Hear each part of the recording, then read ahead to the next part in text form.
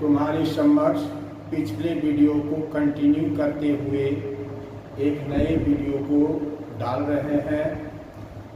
पिछले वीडियो में हमने फाइनल अकाउंट के अंतर्गत 15 एडजस्टमेंट को समझाए थे और हमने ये वादा किया था कि मैं आपको ऐसे एडजस्टमेंट करने के लिए सिखाऊंगा जो किसी दूसरे शिक्षकों के द्वारा बिल्कुल ही नहीं सिखाया जाता है।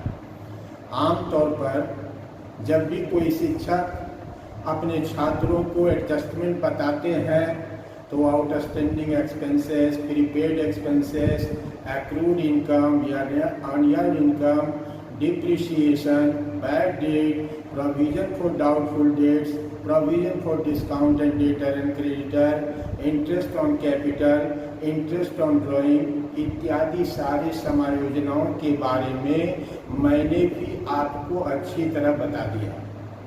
स्वाभाविक रूप से हम कहते हैं कि फाइनल अकाउंट किसी ब्लैक बोर्ड पर टीचर्स के द्वारा नहीं बनाया जा सकता है कंप्लीट, इसलिए फाइनल अकाउंट बनाने के जो तौर तरीके होते हैं उन तौर तरीकों को इमेजिनेशन के आधार पर, कल्पना के आधार पर हम इसको साकार करते हैं। और जब हम ये सारे एडजस्टमेंट आपको समझा देंगे तो मुझे पूरा विश्वास होगा कि आप किसी भी प्रकार की फाइनल अकाउंट में अच्छी तरह से एडजस्टमेंट को कर सकते हैं। हमने आपको फाइनल अकाउंट में बहुत सारी बातों का उल्लेख किया कि क्लोजिंग एंट्री क्या होता है, ओपनिंग एंट्रीज क्या होता है, नॉमिनल अकाउंट क्या होते हैं। तो पुनः एक बार थोड़ा डिस्कस कर देते हैं कि trading and PL account just like a nominal account. Trading and PL account प्राय नॉमिनल अकाउंट के द्वारा बनाया जाता है। जितने भी नॉमिनल आइटम डेबिट तलपट के डेबिट में हो या तलपट के क्रेडिट में हो, वह या तो ट्रेडिंग का या तो पीएल का हिस्सा बनता है।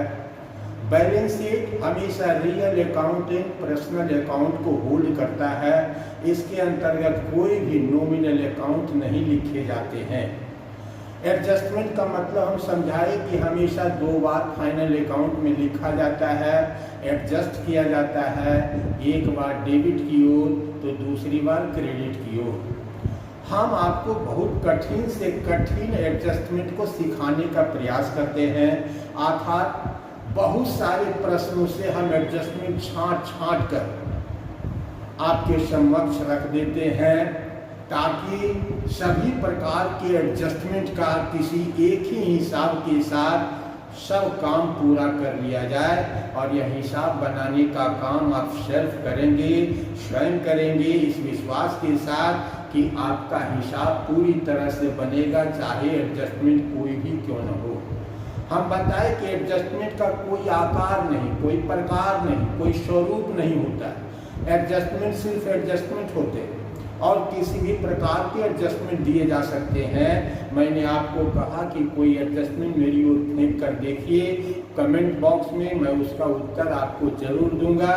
तो संभवतः मैं आपको इतना एडजस्टमेंट जरूर सिखा दूंगा कि किसी भी कठिन से कठिन फाइनल अकाउंट को बनाने में कोई कठिनाई नहीं होगी। और बार बार हम कहते हैं कि हम जो कंटेंट सिखाते हैं वह किसी दूसरे चैनल पर यह कंटेंट नहीं सिखाया जाता है। आप लाख प्रयास कर लें, खोज लें, इस प्रकार से समझाने के तरीके आपको नहीं मिलेंगे। अर्थात एक हिसाब को बच्चों की तरह लेकर उसे कॉलम वाइज बनाते रहते हैं और पूरा 1 घंटा 30 मिनट एक हिसाब को बनाने में बर्बाद हो जाते हैं। हासिल कुछ भी नहीं होता है, अर्थात जो छूटना होता है तो छूट ही जाता है। 4-5 एडजस्टमेंट को एडजस्ट कर देने से हम फाइनल अकाउंट में कोई महारत हासिल नहीं कर लेते हैं। इसीलिए महारत हासिल करने के लिए एडजस्टमेंट के गुणों और अवगुणों पर प्रकाश डाला जाता है। क्लोजिंग एंट्री अर्थात कैसे बनाया जाता है। कभी तो तलपट से जब हम ट्रायल बैलेंस से ट्रेडिंग और पीएल में पहुंचते हैं तो कुछ भी नहीं जानते हैं कि हम सीधे सैलरी को उठा के हम लिख देते हैं पीएल अकाउंट में 2 सैलरी, लेकिन टू सैलरी डायरेक्ट तलपट से उठकर नहीं आता, बल्कि इसके लिए क्लोजिंग एंट्री बनाने की आवश्यकता होती है।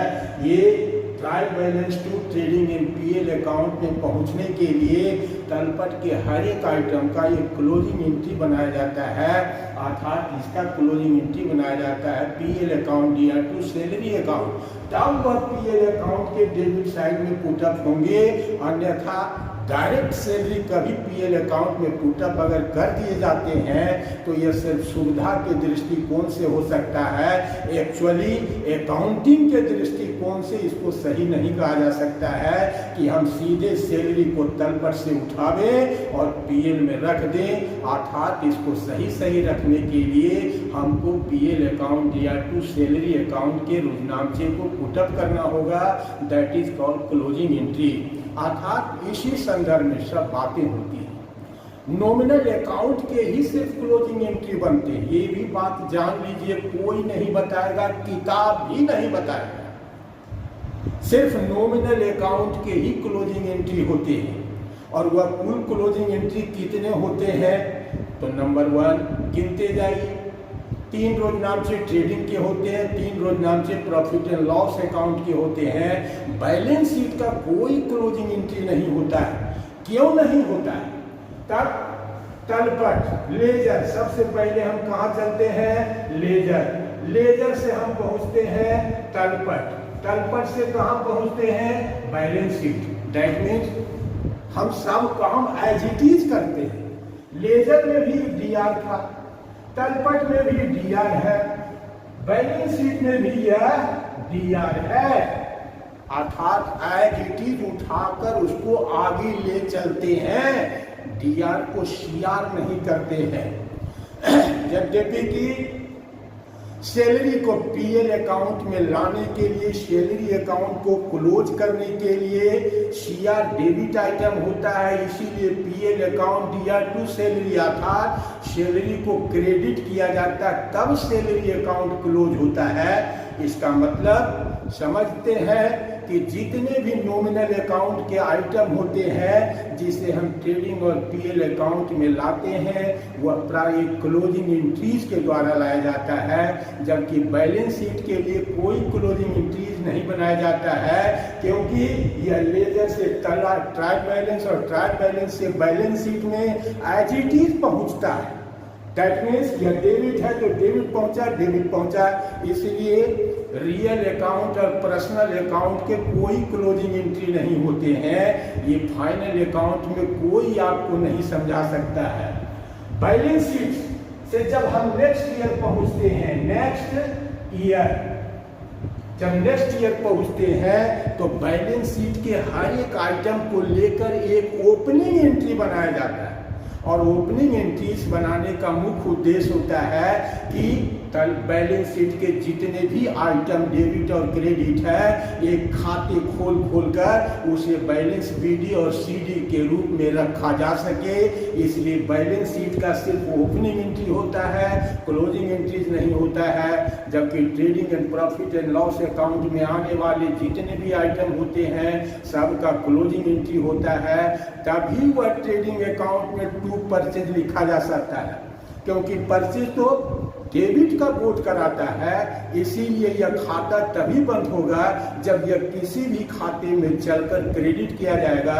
इसलिए जब रुजनामचे तैयार करते हैं तो ट्रेडिंग अकाउंट या टू परचेज अकाउंट करते हैं। दैट मीन्स नॉमिनल अकाउंट जिस वर्ष का होता है उसे उसी वर्ष में क्लोज कर लिया जाता है, इसको कभी नेक्स्ट ईयर में नहीं ले जाया जाता है। लेकिन बैलेंस शीट के जितने भी आइटम होते हैं वह कभी क्लोज नहीं होते हैं, वह नेक्स्ट ईयर में ले जाया जाता है थ्रू द ओपनिंग एंट्री।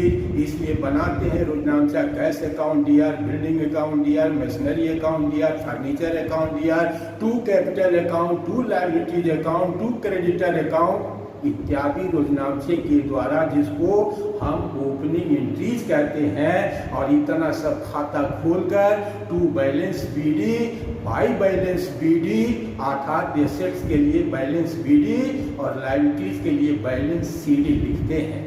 तो ये तर्क है इस तर्क को अकाउंटेंसी में समझना बहुत ही आवश्यक है, अन्यथा आप कहीं भी मात खा सकते हैं। अर्थात अकाउंटेंसी पर आप तभी गर्व करें जब आपको हर एक स्टेप की जानकारी हो। अर्थात सिर्फ जोर देने से बच्चों की तरह पढ़ाया जाता है, देखो जी सैलरी आउटस्टैंडिंग है, सैलरी में लाके जोड़ दो, देखो जी प्रीपेड है लाके घटा दो। ये सब बच्चों की कहानी रटने के लिए तो बिल्कुल सही है, लेकिन समझने की उसमें कोई अंडरस्टैंडिंग कैपेसिटी नहीं होती है। इसलिए अंडरस्टैंडिंग कैपेसिटी है करना हो तो फाउंडेशन अर्थात उसके जड़ को पकड़ना होगा कि यहाँ से यहाँ सीधे कैसे आ गया, इत्यादि बातों पर जब आप गहन अध्ययन नहीं करेंगे तब तक आप फाइनल अकाउंट में पारंगत या कहें कि पूरी जिंदगी अकाउंटेंसी में आप पारंगत नहीं हो सकते हैं, आप रटते ही रह जाएंगे। समझने का अगर प्रयास प्रारंभ में शुरू नहीं किया तो हमने आज इसका नाम दिया है high thinking adjustment in final account. High thinking that means जो कोई नहीं सोचता है उसे मैं सोचकर इसे एक अनेक रूप में यहाँ पर कुछ लिखे हैं, कुछ लिखना बाकी है। मैंने पहले ही कहा था कि एडजस्टमेंट का कोई रूप स्वरूप आकार प्रकार नहीं होते हैं, एडजस्टमेंट सिर्फ एडजस्टमेंट होते हैं। लेकिन मेरा विश्वास है कि अगर इतना एडजस्टमेंट और समझा दिया जाए तो आपका फाइनल अकाउंट पूरी तरह कंप्लीट हो जाएगा। इसलिए बच्चों आज कहते हैं कि that is my last video on final account. यह फाइनल अकाउंट का एक अंतिम वीडियो है, अर्थात अच्छी तरह से आज समझ ले, पुनः समझाने का मौका। हम हर चीज कल्पना पर आधारित करेंगे। दैट मीन्स अर्थात ट्रायल बैलेंस मेरे पास नहीं है तो ट्रायल बैलेंस जब नहीं है तो ट्रायल बैलेंस की एक इमेजिनरी फिगर हम लेंगे और उस पर एडजस्टमेंट कैसे दिए जाते हैं इसको करेंगे। जैसे पहला कैरी फॉरवर्ड। कैरी फॉरवर्ड का मतलब होता है आगे ले जाना, आगे ले जाना। कभी कभी नॉमिनल एक्सपेंडिचर कुछ ज्यादा हम खर्च कर देते हैं जो 12 महीने में खर्च नहीं हो पाता। जैसे हमने स्टेशनरी खरीद कर लाए, सपोज दैट कल्पना करते हैं हमारे पास तलपट नहीं है, लेकिन हम कल्पना के आधार पर हर एक एडजस्टमेंट को समझ सकते हैं। सपोज दैट हमने स्टेशनरी किसी वार्षिक वर्ष में खरीद कर लाया 5000 का स्टेशनरी, लेकिन जब फाइनल अकाउंट बनाने की तारीख तक आया तो पता चला कि 1000 का स्टेशनरी तो अभी बचा हुआ ही है। दैट मीन्स वह खर्च अभी तक नहीं हुआ, तो उस खर्च को हम अगले वर्ष में खर्च के लिए ले जाते हैं। That is called carry forward. इसको आगे ले जाना कहते हैं। और वैसी परिस्थिति में तलपट का जो भी स्टेशनरी होता है उसमें ये सब लेस कर दिया जाता है। लेस इसको भी आप चाहें तो प्रीपेड करके लिख सकते हैं। दैट मीन्स पहले ही हमने ये खर्च कर दिया तो प्रीपेड एक्सपेंसेस करके लिख सकते हैं। और दूसरा बैलेंस शीट के इफेक्ट के रूप में एसेट्स में लिखा जाएगा प्रीपेड स्टेशनरी, या सिर्फ स्टेशनरी भी लिखिएगा तो उसका भी मतलब उतना ही होता है। अर्थात यह भविष्य में सिर्फ संपत्ति का प्रभाव तब तक के लिए जब तक कि अगले वर्ष भी खर्च न हो जाए। खर्च हो जाने के बाद यह संपत्ति अपने आप विलुप्त हो जाता है। तो आप समझ गए। रेंट एंड टैक्स में वही बात है, फायर इंश्योरेंस में वही बात है। तो रेंट एंड टैक्स तलपट से लाएंगे, रेंट एंड टैक्स में उतना 240 रुपया घटाएंगे और फिर बैलेंस शीट के एसेट्स में 240 रुपया प्रीपेड रेंट के रूप में लिख देंगे। समझ गए होंगे कि कैरी फॉरवर्ड किसे कहते हैं। दैट मीन्स इस वर्ष के किए गए कुल खर्च में से कुछ खर्च को अगले वर्ष लेके चले जाते हैं, क्योंकि यह इस वर्ष में वह पूरा खर्च नहीं हुआ। अगला देखिए अप्रेंटिस प्रीमियम ₹400। अप्रेंटिस प्रीमियम होता क्या है? यह प्राय किसी भी व्यापार के अंतर्गत आय का बोध कराता है। इसका मीनिंग तो कोई आपको समझाया भी नहीं होगा। प्राय अगर हम फैक्ट्री है, सपोज दैट रेलवे का लोकोमोटिव फैक्ट्री जहां रेलवे चक्का, इंजन, बोगी इत्यादि बनाए जाते हैं, जब रेलवे में कोई बच्चा compete करता है तो उसको ट्रेनिंग दी जाती है। ट्रेनिंग दी जाती है इस बात के लिए कि कैसे रेलवे ट्रैक को मेंटेन किया जाता है, कैसे सिग्नल किए जाते हैं। दैट मीन्स तब तक वो वाकिफ नहीं होता, वो कम्पिटिटिव एग्जाम के द्वारा प्राय वहाँ पहुँचता है तो वास्तविक रूप में जो कार्य उसे सौंपा जाएगा उसके लिए उसे प्रशिक्षण दिया जाता है। अर्थात सरकार भेजती है कि जाइए आप वहाँ पर प्रशिक्षण लीजिए और ऐसे रेलवे लोकोमोटिव जहाँ पर ये काम हो रहा है उसको सरकार के द्वारा एज ए फीस के रूप में प्रीमियम प्राप्त होता है। उसी को प्रायः अप्रेंटिस प्रीमियम कहा जाता है, परीक्षार्थी प्रशिक्षण कहते हैं इसको। यह पीएल का क्रेडिट आइटम है। तो यहाँ पर आने का क्या मतलब है भाई? अप्रेंटिस प्रीमियम 400 आने का क्या मतलब होगा कि that means that is outstanding रह गया होगा। यह 400 रुपया हमें सरकार से प्राप्त होना था लेकिन वह प्राप्त नहीं हो सका। अर्थात कम से कम शब्दों से अधिक बातों को समझेंगे, वरना इसको जब लाइन में लिखने लगेंगे तो यह खुद 2 लाइन ले लेगा। कहानी उतना ही कहेंगे कि apprentice premium of ₹400 is outstanding for during this year. इतना कहने की कोई आवश्यकता नहीं। अब इसका हम काम क्या करेंगे तो पीएल अकाउंट के क्रेडिट में इसको लिखेंगे। अगर पहले से कोई अप्रेंटिस प्रीमियम है तो उसमें प्लस करके लिखेंगे और दूसरा प्रभाव के रूप में बैलेंस शीट में लिखेंगे, जो बैलेंस शीट में एसेट्स की तरफ लिखा जाएगा। क्योंकि इतना 400 रुपया हम कमा चुके हैं लेकिन अभी तक सरकार से प्राप्त नहीं हुआ। अर्थात यह संपत्ति के प्रभाव को रखता है। प्रभाव का मतलब क्या होता है? अगर यह प्राप्त हो जाता तो हमारे बैलेंस शीट के कैश बैलेंस में 400 रुपये की वृद्धि हो जाती। अगर नहीं भी प्राप्त हुआ तो सरकार के घर में यह 400 रुपया रहकर भी वह मेरा 400 रुपया है, इसीलिए प्रभाव के रूप में इसे एसेट्स में लिखा जाता है। Transfer to building account 3000 from purchase. बहुत आसान है। कभी कभी हम ऐसा लिखने में गलती करते हैं। रेक्टिफिकेशन ऑफ एरर्स में ये बात समझे हैं कि बिल्डिंग को खरीदते हैं लेकिन अज्ञानतावश उसे परचेज में लिख दिया जाता है, तब उसका रेक्टिफिकेशन किया जाता है। यह एक प्रकार से रेक्टिफिकेशन की बात है। Transfer to building 3000 from purchase. तो ट्रेडिंग अकाउंट में आप जब परचेज लिखते हैं तो परचेज में यह लेस कर दीजिए 3000 माइनस 3000 या तलपट का अमाउंट जितना भी रहे उससे हमें कोई फर्क नहीं पड़ता है। तलपट के अमाउंट में 3000 आप लेस कर दीजिए। ये बैलेंस शीट में भी क्या होगा तो बैलेंस शीट में जो बिल्डिंग आप दिखाइएगा उस बिल्डिंग में 3000 प्लस कर दीजिएगा। That is finished of this adjustment. इस एडजस्टमेंट का काम पूरा हो गया। एंड 2000 फ्रॉम बेजेस, वही काम फिर करना है। दैट मीन्स बेजेस से यहाँ 2000 रुपया उठा देंगे, माइनस करेंगे 2000 रुपया और फिर वो कहाँ ले जाएंगे तो बैलेंस शीट में ही ले जाएंगे। और यह भी चूंकि बिल्डिंग का ही बोध करा रहा है इसीलिए बिल्डिंग में ये भी 2000 जोड़ देंगे।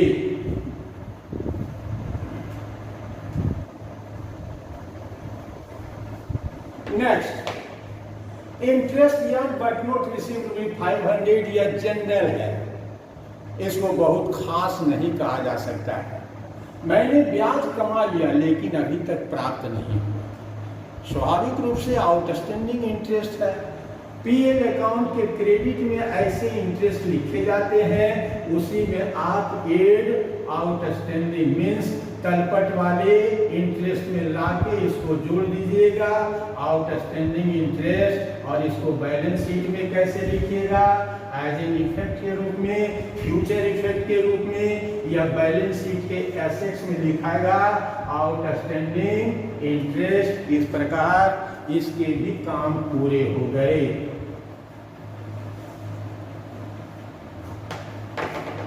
Only 3/4 rent has been paid.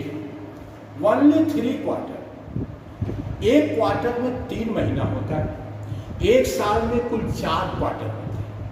अब हम कल्पना करते हैं Only 3/4 paid, इसका मतलब है कि हमने एक क्वार्टर का भुगतान नहीं किया। Only 3/4 rent has been paid. Suppose that आपके तलपट में रेंट लिखा हुआ है डेबिट में 9,000 रुपया। इसका मतलब 9,000 रुपया 9 महीने का है। 3 महीना अगर इस हिसाब से जोड़ा जाए तो प्रति माह 1,000 रुपये का रेंट होता है। अर्थात तलपट से रेंट को पीएल में लाएंगे और प्लस इसमें 3,000 जोड़ देंगे और इसको पीएल अकाउंट में 12,000 बना देंगे। दूसरा, या भविष्य के रूप में हमारे माथे पर क्या प्रभाव रखता है? लायबिलिटीज का प्रभाव रखता है। इसीलिए बैलेंस शीट में आउटस्टैंडिंग रेंट लिख देंगे लायबिलिटी साइड में। इसका भी काम पूरा हो गया।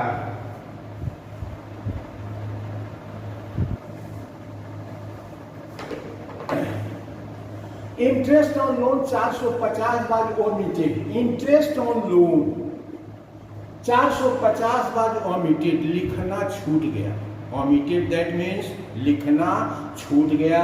इंटरेस्ट ऑन लोन समझिए, ये खर्च का बोध कराता है कि आय का बोध कराता है। तो स्वाभाविक रूप से हमने जो कर्ज लिया उस पर ब्याज चुकाना है, यह खर्च का बोध कराता है।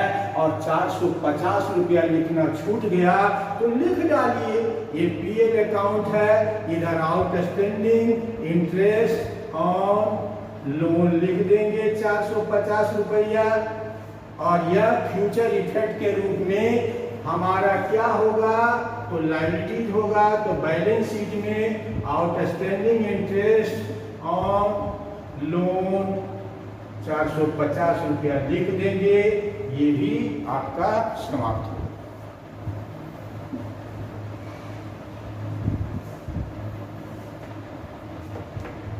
Insurance premium include 4,000 towards life insurance. तलपट में कोई इंश्योरेंस प्रीमियम रहता है तो हम सीधे पीएल अकाउंट के डेबिट में उठाकर लिख देते हैं। हमने कह दिया है कि हमारे पास ट्रायल बैलेंस नहीं, लेकिन हम कल्पना कर सकते हैं, इमेजिन कर सकते हैं। फिगर कौन बड़ा बात चीज होता है? प्रैक्टिकली आपको टू बी प्रैक्टिकल बनना है, थ्योरिटिकल नहीं बनना है। प्रैक्टिकल बनिएगा तो कोई भी काम आप बढ़िया से कर सकेंगे। तो हमने क्या कहा कि insurance premium include 4,000 toward life insurance. Life insurance यह एक ड्राइंग का बोध कराता है। Life insurance just like a drawing होता है, क्योंकि यह टुवर्ड्स ऑनर होते हैं। तो लाइफ इंश्योरेंस मालिक के लिए खर्च किया गया और हमने गलती से उसे लाइफ इंश्योरेंस में अगर शामिल कर दिए हैं, तो जब पीएल अकाउंट बनाएंगे तो इंश्योरेंस प्रीमियम जो डेबिट में लिखेंगे, इंश्योरेंस प्रीमियम उसमें माइनस ड्राइंग कर देंगे। जितना भी रुपया होगा मीन्स 4,000 रुपया ड्राइंग कर देंगे। और यह ड्राइंग बैलेंस शीट में क्या हो जाएगा? बैलेंस शीट में जो कैपिटल लिखते हैं उसमें लेस ड्राइंग 4,000 रुपया लिख देंगे। ये समायोजन भी आपका पूरा हो गया। And balance of the insurance cover period from 1/4 to 30/6/2020। अब तक बाकी जो बैलेंस बच गया, कुछ भी हम मान ले सकते हैं, कुछ भी मान ले सकते हैं। जैसे हमने 12,000 रुपया मान लिया टोटल यह था, तो 4,000 तो माइनस हो गया, पहले बचा कितना? 8,000। तो इसी 8,000 के लिए कह रहा है कि balance of the insurance cover period from 1/4/19 to 30/6/2020। तो 1/4/19 इसका मतलब एक साल में यह 15 महीने का बोझ कराता है। अर्थात ये 15 महीने का खर्च है, 15 महीने का खर्च है। अब 15 महीने का खर्च है तो इसको 15 से भागा दे दीजिए, 1 महीने का निकल जाएगा। इसको 3 से गुना कर दीजिए, 3 महीने का निकल जाएगा। और यह इंश्योरेंस प्रीमियम जो पीएल अकाउंट में लिखिएगा वह लेस प्रीपेड कहलाएगा, लेस प्रीपेड कहलाएगा। और इसको बैलेंस शीट में एसेट्स की ओर प्रीपेड इंश्योरेंस करके लिख देंगे, प्रीपेड इंश्योरेंस। बाकी फिगर आप कर लीजिएगा, हमको विश्वास है कोई बहुत बड़ी चीज नहीं है कि 8000 में 15 का भागा देंगे, जो आएगा वो 1 महीने का होगा, 3 से गुना कर देंगे, जो फिगर आएगा वही फिगर यहाँ लेस प्रीपेड करना है और बैलेंस शीट के एसेट्स में लिखना है।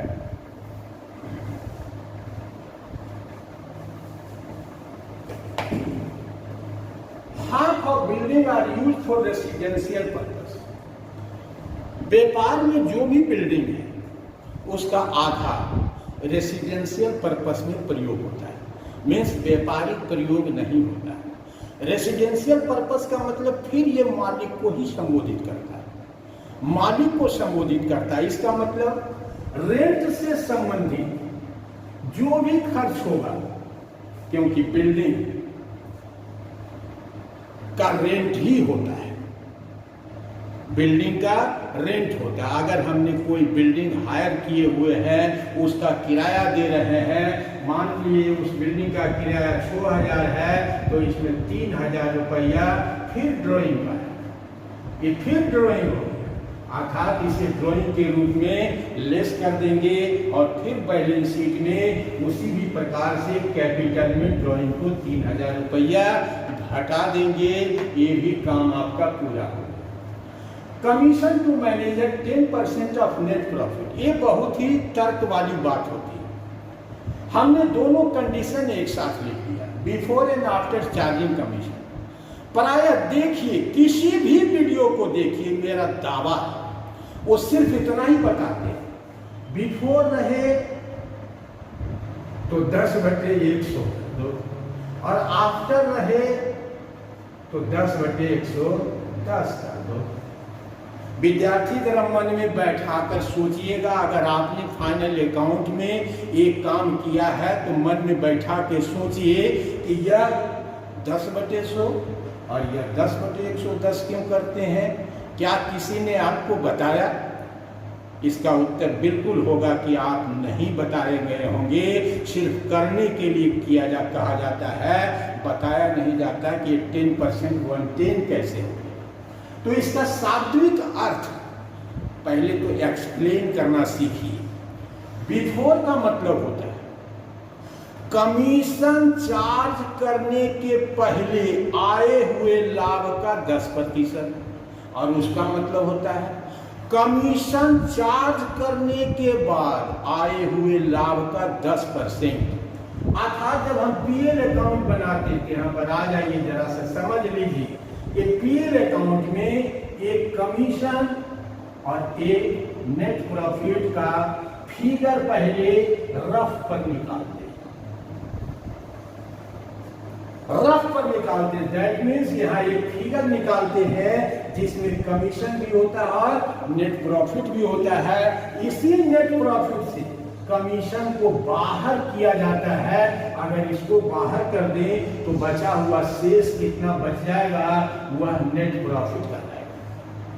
बस इतने ही बात को आप समझना कि एक रफ पर हम पहले एक फिगर निकालते हैं जिसको हम कह सकते हैं ग्रोस नेट प्रॉफिट। ग्रोस इसलिए कि नेट प्रॉफिट में कमीशन इंक्लूड है, सिर्फ इसलिए हमने इसको ग्रोस शब्द ले दिया, कुछ भी कर सकते हैं। तो अब इसको समझिए, सपोज दैट यह जो है 10,000, यह 11,000 मान लेते हैं, ठीक है। यह 11,000 में कमीशन दोनों ही अवस्था में शामिल है। अब इसको अलग करना है तो एक है बिफोर में सिर्फ 10/100 लगा देते हैं। दैट मीन्स 1100 रुपया बिफोर में आ जाएगा। ये क्या कहता है कमीशन चार्ज करने के पहले आए हुए लाभ। तो कमीशन चार्ज करने के पहले आया हुआ लाभ 11,000 है। सिंपली उसका 10% निकालना है। 10% 1100 निकाल कर बाकी जो बच गया 9,900 रुपया उसे नेट प्रॉफिट में डाल देंगे। इसका यही मतलब है। और आफ्टर चार्जिंग मतलब कमीशन चार्ज करने के बाद आए हुए लाभ। दैट मीन्स इससे पहले कमीशन को निकाल दीजिए और जो लाभ शेष बच जाता है उसका 10% होना चाहिए। तो मैथमेटिकली इसको हल किया जाता है। इफ मान लिया जाए कि नेट प्रॉफिट अगर 100 के बराबर है, कमीशन 10 है, इसका मतलब यह 110 के बराबर है, क्योंकि इसमें इंक्लूडिंग कमीशन है और उसी कमीशन को कैलकुलेट करना है। जब हम 10/110 से कर देंगे इसका मतलब 1100 रुपया आपको निकलेगा। सॉरी 110 ये 110 यहां भी हमने मान लिया 11,000 तो 0 कर दिया, 11 1 कर दिया, ये हुआ 1,000। अब 11,000 में 1,000 माइनस कर दीजिए। देखिए चेक कर रहे हैं, वेरिफिकेशन सत्यापन कर रहे हैं। 11,000 में 1,000 माइनस कर दीजिए, बचा कितना 10,000 रुपया। इसी 10,000 का 10% निकालने के लिए बोला था कि कमीशन चार्ज करने के बाद आए हुए लाभ का। तो कमीशन चार्ज करने के बाद आया हुआ लाभ 10,000 है, इसीलिए 10,000 का सिंपली अब 10% निकालिए, उतना ही आवेगा जितना 11,000 का 10/110 आवेगा। यही इसका तरीका है। तो हमेशा ध्यान रखिए इस सब बात को। अब एक और छूट गया, उसको भी बता देते हैं।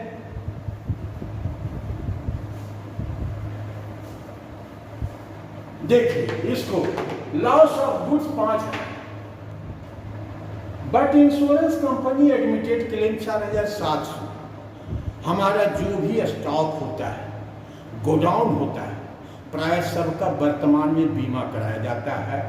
आदमी 4 व्हीलर और 2 व्हीलर का इंश्योरेंस कराते हैं, अर्थात बहुत बड़ी क्षति और नुकसान से बचने के लिए बीमा एक छोटे से प्रीमियम के आधार पर कराया जाता है, ताकि हानि होने पर, क्षति होने पर हमको कोई व्यक्तिगत रूप से नुकसान न पहुंचे। अब इसमें हमेशा 3 एंट्री तैयार होते हैं। क्यों 3 एंट्री तैयार होते हैं? क्योंकि तीनों की तिथियां अलग अलग होती हैं। तीनों की तिथियां अलग अलग होती हैं। पहली तिथि loss of goods by fire, by theft, कुछ भी कर सकते हैं।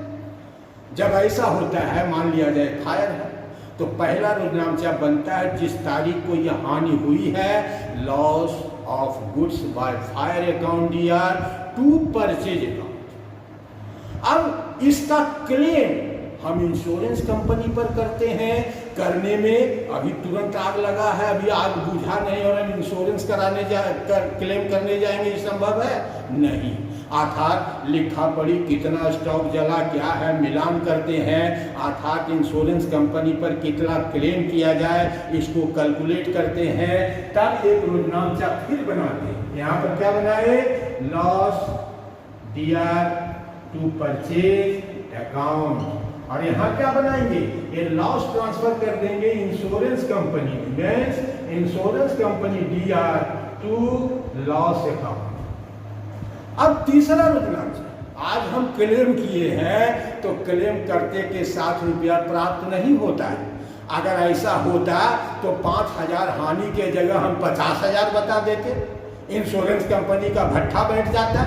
अगर इंश्योरेंस कंपनी मांगने पर देने लग जाए तो इंश्योरेंस कंपनी का दुकान बहुत जल्दी बंद हो जाएगा। अर्थात आप जितना क्लेम करते हैं, हम 5,000 का क्लेम किए, अब इंश्योरेंस कंपनी के द्वारा इंस्पेक्शन टीम आवेगा और लॉस का मुआयना करता है, तत्पश्चात अपना एक रिपोर्ट इंश्योरेंस कंपनी को देता है कि नहीं, इसकी वास्तविक हानि 4,700 की हुई है, तो क्लेम एडमिटेड 5,000 बट एक्सेप्टेड 4,700, अर्थात तब आपको रोजनामचा बनेगा। कैश अकाउंट दिया कितना, तो 4,700 रुपया। अब यह 300 रुपया आपका व्यक्तिगत हानि हो गया, अर्थात इसको डाल दीजिए पीएल अकाउंट में और 2 इंश्योरेंस कंपनी को क्रेडिट करके इंश्योरेंस कंपनी के काम को खत्म कीजिए। इस प्रकार यह 3 रोजनामचे 3 अलग अलग तिथियों पर बनते हैं। अगर एक तिथि की बात होती तब एक ही रोजनामचे में ये सलट जाता है। तो बच्चों, आज यह मेरा फाइनल अकाउंट समाप्त हो गया है।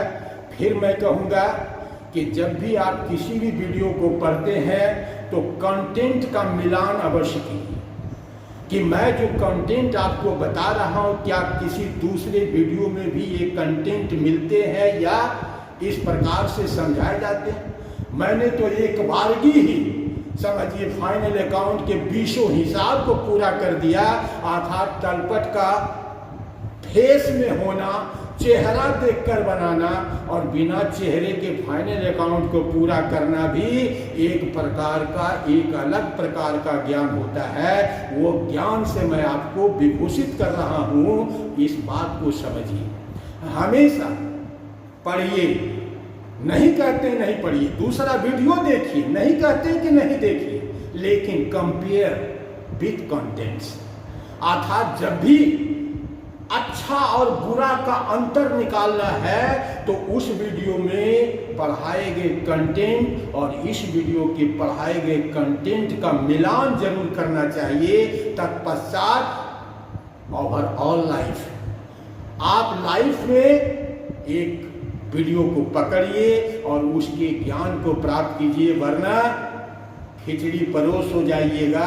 कुछ उधर से और कुछ उधर से सीखने में आपको कुछ हासिल नहीं होगा।